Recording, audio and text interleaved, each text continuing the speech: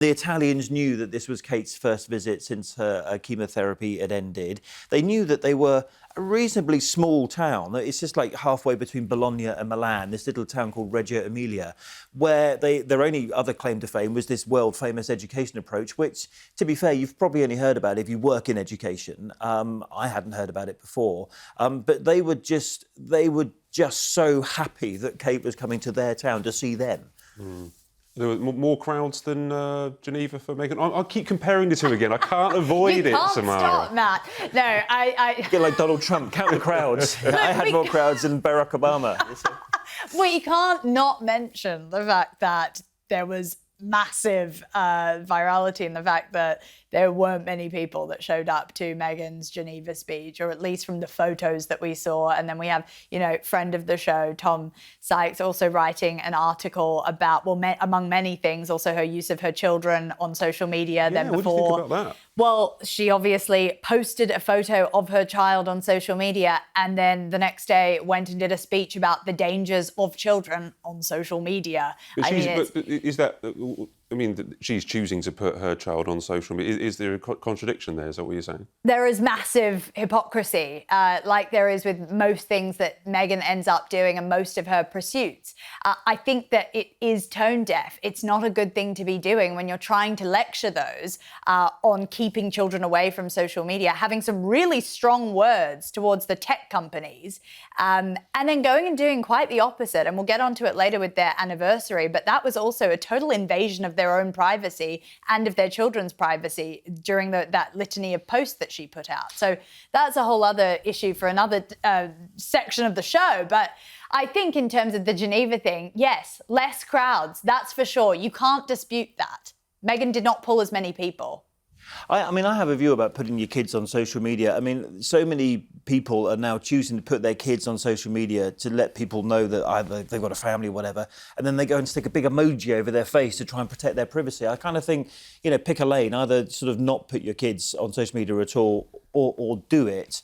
But if you're going to do it, that is your choice as a parent. It's not your child's choice to go on social media. And perhaps when they're 18 years old, they might say to you as a parent, hey, mum, hey, dad, or mama, papa, why did you put me on social media as a kid without asking me? So it's a really difficult, choice for a parent. There was also a social media blooper. Meghan was photographed with a Finnish minister called Willy Reidman. Do you know about this? And he was a guy that had been accused of making some racist and offensive messages that were sent to his ex-partner. I mean, with credit to a spokesman, said that we don't vet everybody, didn't know him, unfamiliar with him, but I think they posed for a selfie that he shared, which is uncomfortable. Yeah, I think that's difficult. I've got to be a little easy on Meghan and her team on this one, because you can't control who you take selfies with. I don't think, it would have then been another story if she'd gone and denied him a photo and, acted too big for her boots. I mean, I'm not sure what you think, look at Chris, all the selfies that Kate was taking in Reggio Emilia in Italy. I mean, you don't know what every single one of those people, what their background is. I mean, that's just pretty unfortunate, I think. Nothing can beat Uncle Andy and his amazing photo history. Not, Andrew is just, if you're like, oh, Meghan's got one photo, weird selfie with someone, fine. You can't really, there's a bit of double standard. Let's get away with that one. Yeah. Let's give us some benefit of the doubt. Chris, I'm not massively into conspiracy theories, and right. In this job, you hear things and you can fall down some dark holes, but I am slightly suspicious. I was actually having an Aperol Spritz in Italy, and I was having a chat with some people, and I was slightly suspicious that Harry released, wrote for the New Statesman about anti-Semitism the day that the King arrived at Golders Green, which I think you were there, Samara, when the King was there. I was, yeah. And also, you were in Ukraine. Harry's speech in Ukraine was not opposed by the palace, and it felt almost like it was something the King would 100% support.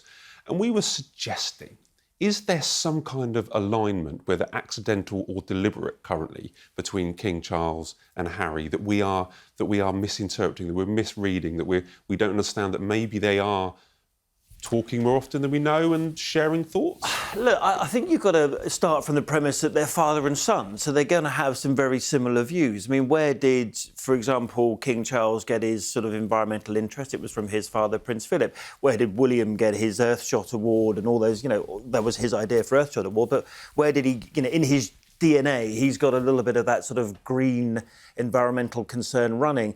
So should we be surprised that on certain very big and very important issues like Ukraine or like anti-Semitism, that the two of them are aligned? I don't think we should.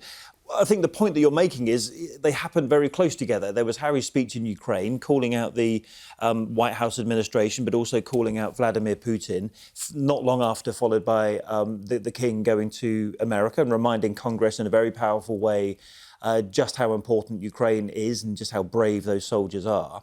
And then you've got this joint approach on anti-Semitism. Look, the King's visit to Golders Green in North London, where there was that attack, was not pre-announced. Harry had to write his article for a New Statesman that prints on a Tuesday, and just happened that the online article arrived on the same day. Look, whether it's contrived or not, and I personally don't think it is, it's no bad thing that you've got father and son speaking very powerfully on the same issue. And I know that it's Harry's view is, OK, yeah, I live in California, I don't have a dog in the fight, but also I'm someone with a global platform, and if there's something to say when there is injustice and anti-Semitism going on, I feel like it's my place to say it. So the point is, many of his messages recently have been timed at coincidental occasions, and also the lines that he's been using, Samara, are very much something that King Charles would agree with. That's my perception, particularly with Ukraine, particularly the anti-Semitism.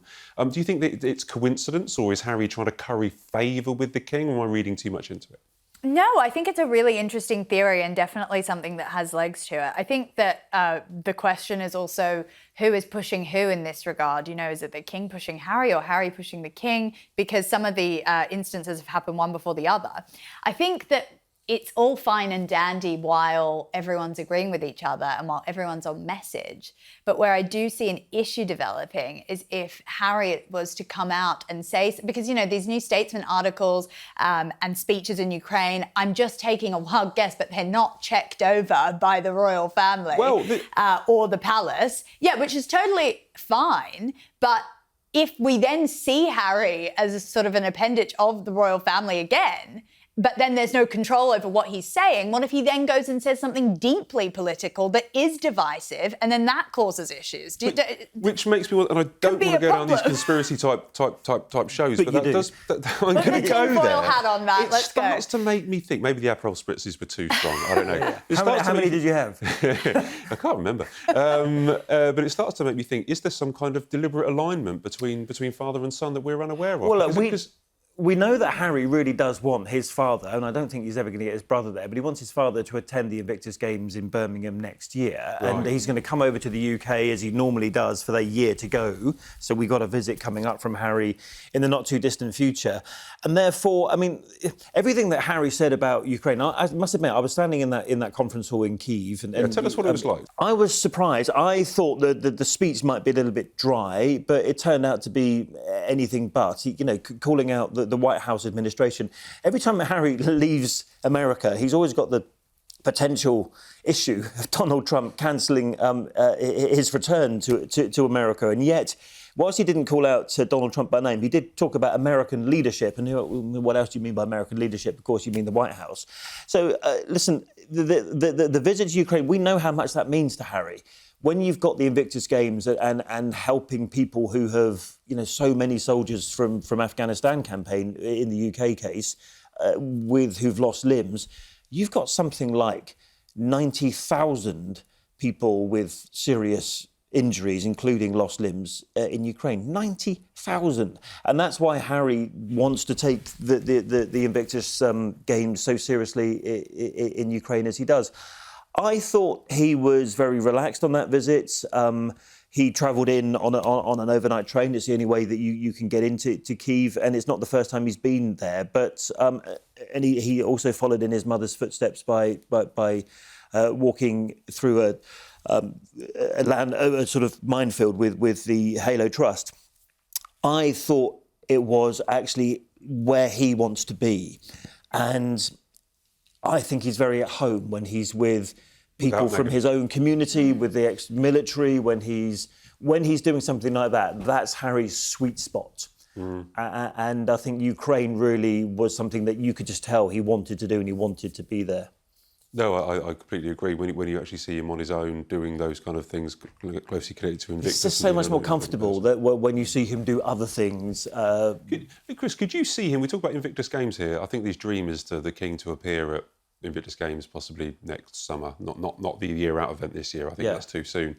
Could you see them taking the stage together and speaking together, because they seem to be so aligned on views at the moment? He'd love that to happen, and I think the King would like to support his son.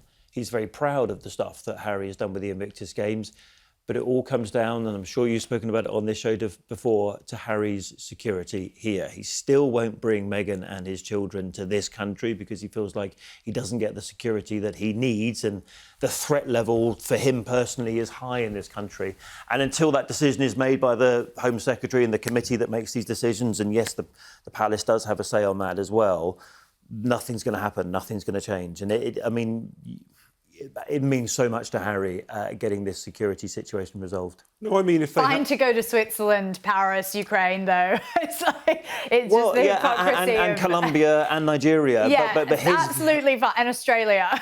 But his view is, in this country, there are specific threats against him personally, and he doesn't get the protection that, for example, in Ukraine, he pretty much had the protection that was afforded to Volodymyr Zelensky. He doesn't get that when he comes here. And his issue is that he is a bigger target in this country than in other countries around the world.